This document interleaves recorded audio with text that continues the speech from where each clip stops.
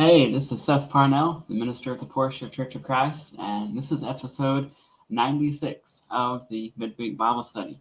It's good to have you here. I hope things are going well for you, and hope you're having a good day. If you're watching the Razorbacks, I hear that they're ahead now, and so hopefully they can pull out that second half and get a win. Apologize for the late start. We had some technical difficulties we were trying to work through.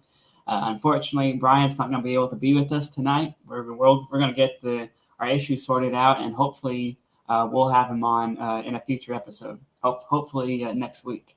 And so we look forward to that. Look forward to having him on.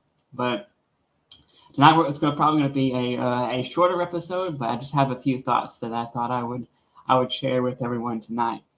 But as always, we want to remind you, if you are someone that is in the Portia area, then we hope that you will come by and see us sometime. We are located at 307 South Jackson Street in Portia, Arkansas. Right now we are meeting at 10 o'clock and 11 o'clock on Sunday morning. We have a Bible class, that's taught by Robert Davis, who's an excellent teacher. He's someone who knows the Bible inside and out.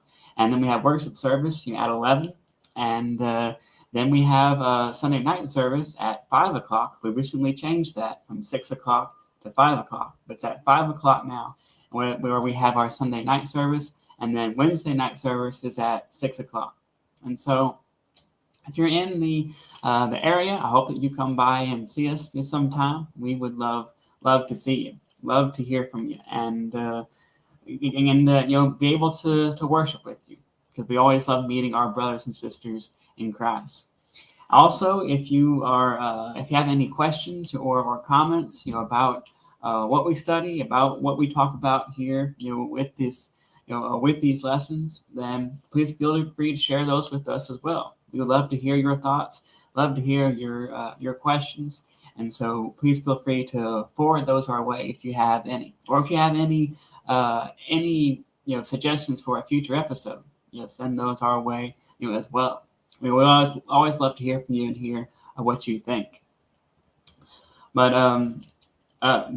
tonight we're going to take a look at Psalm chapter 26. If you were here, if you were at Portia on Wednesday night, we talked about this, in our devotional, and we're going to take a look at a few more thoughts on this chapter. But it's good to have the Dunlaps here. It's good to have you guys here. They just got back on their feet from being sick for a while. So it's good to know that you guys are doing well. Glad you're here with us tonight. We've also got the Tillmans with us. They are here. It's good to have you guys. I hope things are going well up your way. And we have Janet is here as well. It's good to see you. And hope you're enjoying it. It's a little bit chilly today, but we're moving towards spring, and all the dogwoods are blooming out, and so it's looking really nice outside. And so hopefully we'll get some warmer weather coming up. But hope that you had a good day today. But in Psalm chapter 26, this is a psalm that David wrote, and he's someone who we're usually really familiar with the passion that he has and the his ability in order to kind of pour out his emotions and pour out the thoughts that are on his mind to God. And sometimes I don't think we realize that that can be a hard thing to do. When you think about how guarded we are sometimes, so how we are someone who is oftentimes very hesitant to share what's on our heart or to share what we're feeling. That can be a very, very tough thing to do because it makes you, vulnerable. It makes you be someone who sometimes doesn't look in the best light. It puts your inner self out there for other people to see, and that can be a very, very tough thing to do. Like I said, sometimes we tend to be a little hesitant to share that kind of things. We tend to be very guarded. But David, when he spoke to God, he truly spoke to God. He was someone who left nothing on the table, but he would talk to him, and he would pour out his issues that he was dealing with, and he would also make his affirmations. He would tell God what he was going to do, his plans, and that's something that Psalm chapter 26 here speaks to. And so it's a great psalm if you read it. It's one that has a lot of good stuff in it. And so we're going to take a little short look at this here tonight. It's good to have Linda here. She's here with us. I hope that you are doing well. It's good to have you here with us tonight, and Kathy as well. It's good to have you here. Hope things are going well your way as well. It's always good to have a good crowd here on a Thursday night. But in Psalm chapter 26 here, it says, David here, he says, "Vindicate me, O Lord, for I have walked in my integrity, and I have trusted in the Lord without wavering. Prove me, O Lord, and try me. Test my heart and my mind, for your steadfast love is before my eyes, and I walk in your faithfulness. I do not sit with men of falsehood, nor do I consort with hypocrites. I hate the assembly of evildoers, and I will not sit with the wicked. I wash my hands in innocence, and go around your altar, O Lord, proclaiming thanksgiving aloud and telling of all your wondrous deeds. O Lord, I love the habitation of your house, and the place where your glory dwells. Do not sweep my soul away with sinners, nor my life with bloodthirsty men, in whose hands are evil devices, and whose right hands are full of bribes. But as for me, I shall walk in my integrity. Redeem me, and be gracious to me. My foot stands on level ground. In the great assembly, I will bless the Lord." This is, like I said, it's a very, very passionate, psalm that David, puts out, and he's someone who had no issues being completely, honest with God about where he was at. And as we said, honesty is sometimes, hard to come by with us. Even when we're speaking privately to God, sometimes having that honest conversation with him is a struggle for us. At least I know in the past, it's been for me. We know that God knows everything that's in our heart, everything that's, on our mind. But yet still sometimes I don't know why, but it's difficult for us to sometimes, be, that transparent and be, that honest. But we know that David, he was. And he starts out by saying, "Vindicate me, O Lord, for I have walked in my integrity, and I have trusted in the Lord without wavering."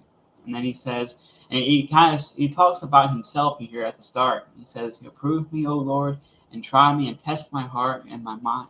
David says, "Put me to the test. Examine me." If you're oftentimes before you will buy something, or before you will purchase something that maybe is expensive, one thing you want to do is you want to test it out. You want to see, is this really what I need, or is this something that is really as good as they say it is? If you sometimes we do that when you buy a car. Sometimes they will let you take a test drive before you make the decision on whether to buy it or not. And so David here, he says, he he says, test my heart and my mind. You see who I am, see where I'm at to know whether these things are true. Whether I have indeed walked with integrity, whether I've indeed trusted in you without wavering. You know, we know that David had a lot of problems. If you're familiar with the story of David, you know that he had several times throughout his life made some very public mistakes, some very severe mistakes that had serious consequences. People died because of some of the decisions that David made. But we know that he always trusted in God, no matter what happens.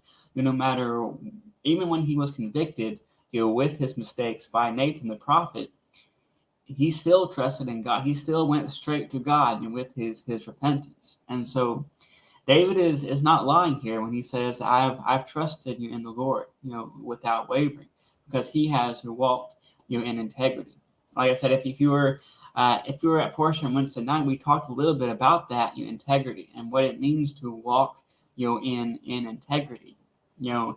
The character of a person is sometimes something that is the source of respect that somebody can have here for you. You can have a lot of money. You can be someone who has status. You can be someone who is very talented at something, but oftentimes that admiration is temporary. And maybe if you're not as good as you used to be, sometimes that admiration fades. Or if you're not as wealthy as you used to be, that admiration can fade.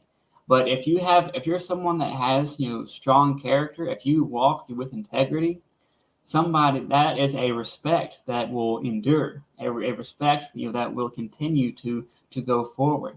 Because even people who aren't Christians, even people who don't follow God, a lot of times they will respect someone with integrity and with character.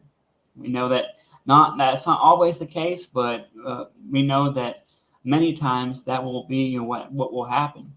And a lot of times it will open up doors for us to share things, even to share the gospel. If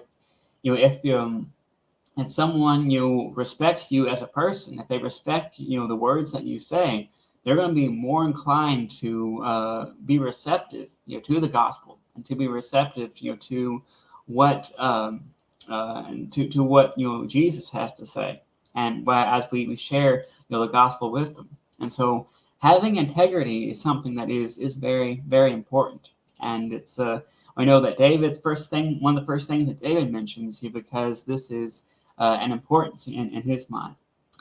It's good to have the Hudsons with us tonight. They're from Rockford, Illinois. It's good to have you guys here. I hope things are going well. Up north, up there, and they even have Wendell in there. It's good to hear that, and hope she's doing good. We love her down here at Portia, and so hope that hope you are doing good. And we got two different Hudsons here, and so it's good to have all of you here. And we appreciate you guys always dropping in. But David, he like I said, he was someone who walks with integrity, and he talks about the positive things, how he has steadfast love. He is someone who walks in faithfulness. He walks in integrity. He asks the Lord to test him, to prove what he is made of. Those are the positive things that he talks about.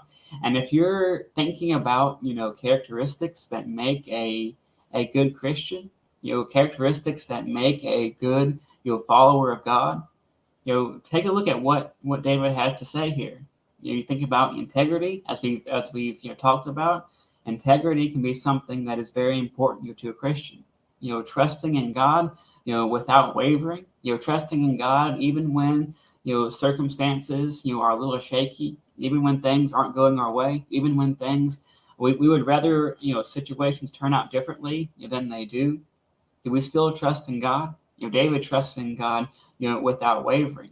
If we walk in steadfast love, we remember what 1 Corinthians, talks about love. If man doesn't have love, or and what 1 John, reiterates, if someone doesn't have love, they're empty. They're useless. Their faith is something that is non-existent, because love is something that's at the very centerfold, it's the very pillar, of what Christianity, is. And so you have to walk in love, or you can't be a follower of God. It's that important, of a characteristic, for a Christian. And then to walk in faithfulness, as well, to be someone who trusts God even when you don't understand everything that goes on, or everything that is implied. When we say we walk by faith, it means that we don't have to understand, and every dot and every underline, of the plan that God has, but we can trust that God has our best interests, at heart. And David, he did this. And so when you read the first, three verses, of Psalm chapter 26, that describes a pretty good, Christian. Even though David lived under the old law, this is something that would describe a good Christian. And then in verses kind of 4, through 7, he starts to talk about kind of the negative things, that he avoids. He says, I do not sit with men of falsehood, nor do I consort with hypocrites. He says, I hate the assembly of evildoers, and I will not sit, with the wicked. David says, I do not, tolerate, those who are against God. I don't, keep company with those who push, who push away, who lead that lifestyle, of being someone who is, rebellious, against God. He says, I don't do the same things as men of falsehood or dishonest men, and I'm not a hypocrite either. I don't associate with those individuals as well. But as you see here, in verse 5, or in verse 4, he says, I do not consort with hypocrites. And in verse 1, in verse 2, he says, prove me, O Lord. That's one thing. If you try to test, or if you try to prove, a hypocrite, they're not going to stand up. They're not going to be someone that passes, that test. They're going to be found, to be empty and to be wanting. That's one reason why Jesus had such harsh words for the Pharisees and the Sadducees, because they were tested and they were found to be insufficient, followers of God, and they needed to make a change, because they were people who projected, righteousness to the outside, but on the inside, they were as far away from God as they could be. And that's the worst type of hypocrisy that a person could have. And so David, he highlights, those two things there in Psalm chapter 26. And in verses 6, he says, I wash my hands in innocence, and I go around your altar, O Lord, proclaiming thanksgiving aloud and telling all your wondrous deeds.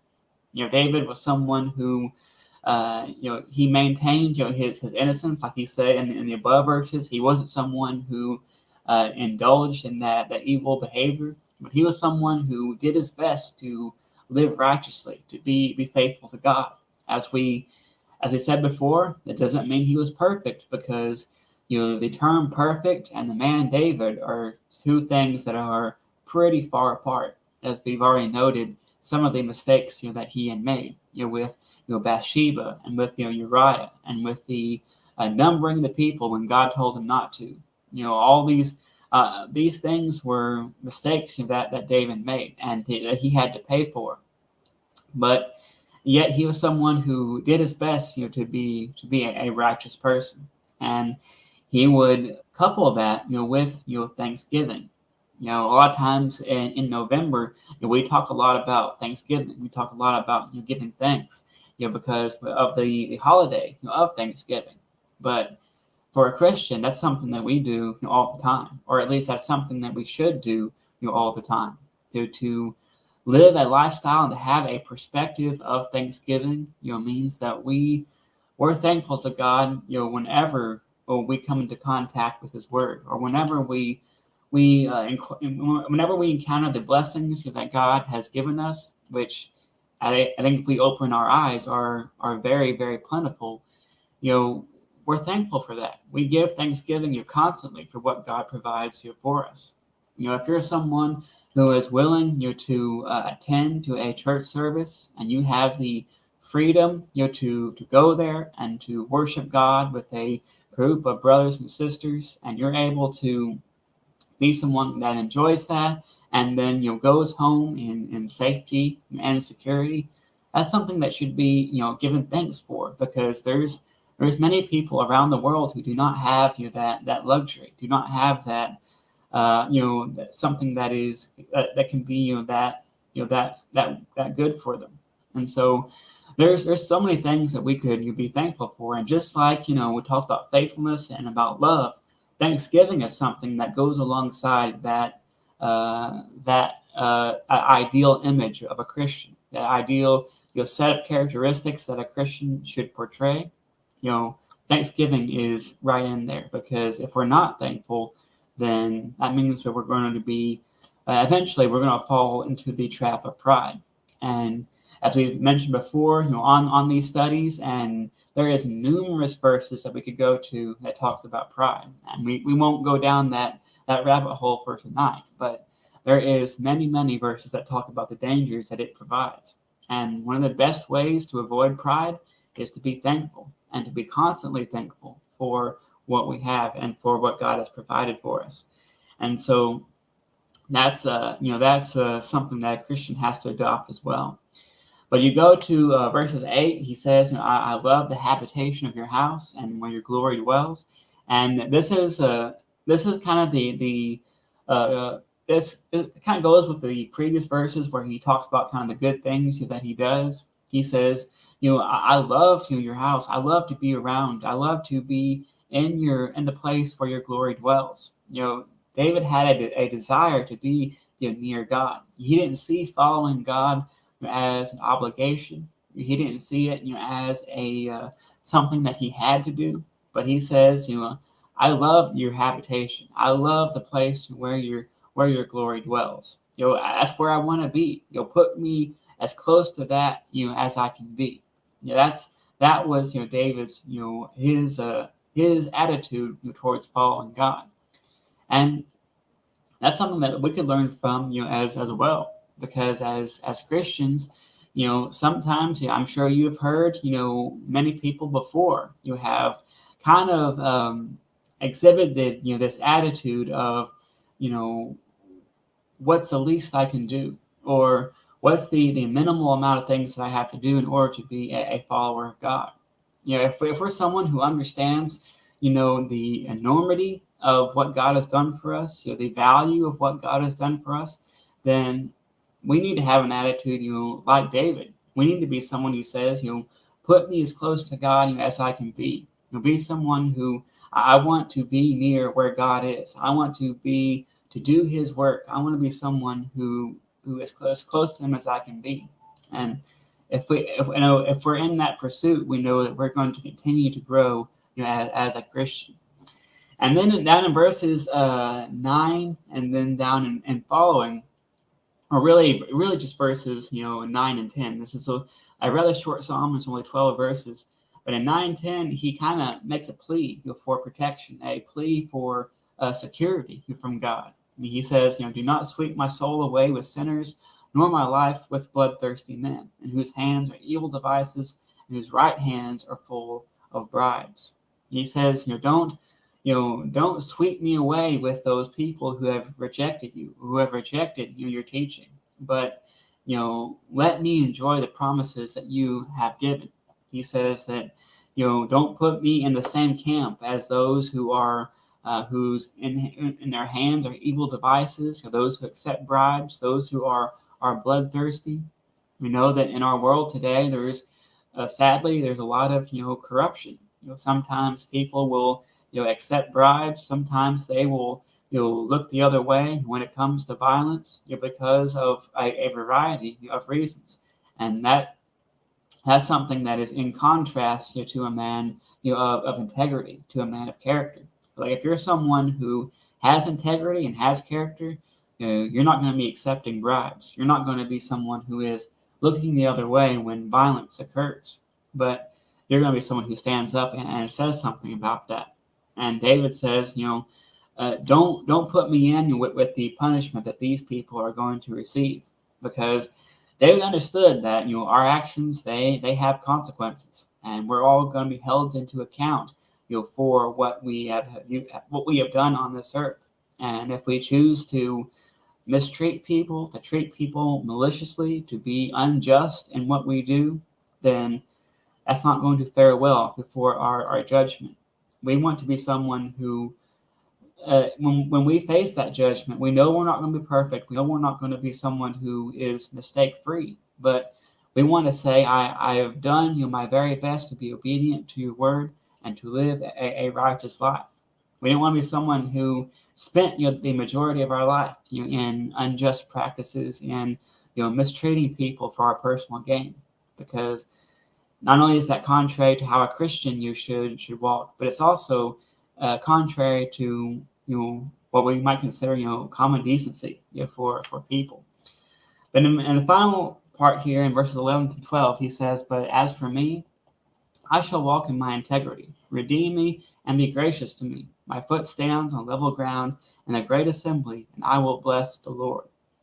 He kind of finishes with this promise. He says, I will walk in my integrity. And says, God, redeem me. Be gracious to me, because I'm going to walk in my integrity, and I will bless the Lord. Even though David had to deal with these people who accepted bribes, these people who were bloodthirsty, these people who were evil. He says, even though I may be surrounded by those types of people sometimes, even when those circumstances might be a little off of where I want them to be, he says, I will bless the Lord. Kind of reminds you of what Job said when everything that Job had was taken away. That famous verse that he says, the Lord gives and the Lord takes away. And how does he finish that verse? He says, but blessed be the name of the Lord. That was the attitude of Job. It appears that that was kind of similar to the attitude that David had. And when we think about us, what kind of attitude do we have towards God? When we think about walking in integrity, when we think about blessing God, do we bless God on Sunday morning? Do we bless God on Wednesday night? Do we bless God on Tuesday afternoon, on Saturday night? Do we bless God every day that we have to walk on this earth? What is our attitude towards God? David was someone who, like I said, he had a desire to walk in this integrity, and he wanted to set himself apart from these people who practiced evil. And that doesn't mean he just isolated himself from any contact with those people, but we know that Jesus himself, he ate with sinners. He was someone who oftentimes taught some of the rough crowd, you might say, that was around Israel. We're not supposed to just isolate ourselves away from anybody who was apart from God, but yet we have to be someone who makes that commitment to walk in our integrity, and don't fall into the trap of being just like the world, because we know that the world, even though it may seem attractive, it may seem beneficial in the moment, in the long term, we know that following God is the best decision that a person can make. And it's something that there is nothing to compare to the promises that God has given us. And I think that's something that can give us hope, can give us a lot of encouragement going forward. But I think that's going to be it for us here tonight. That is Psalm chapter 26. Like I said, this is from the English Standard Version. If you ever wonder what version I use, I generally use the ESV. Sometimes I use a different version, but this is the predominant version that I use. And it's a great psalm. If you ever read through the Psalms, it's a lot of good stuff in there that David and other men have to say in their what's usually considered the songbook of the Bible. 150 psalms in there, and they have like I said, a lot of good things to take a look at.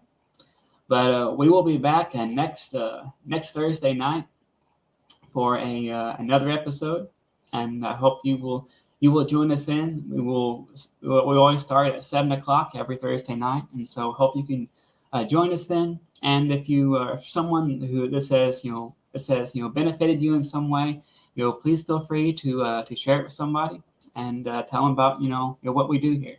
And also, We have a Instagram page as well, and so if you use that platform, if that's something that you're on as well, then no, usually post some devotionals and some Bible verses on there, usually on Thursday nights as well, and so that's there for you as well. But until we meet again, I hope that you have a wonderful week. I hope that you can be the light of the world and glorify God in everything that you do. We'll see you next time.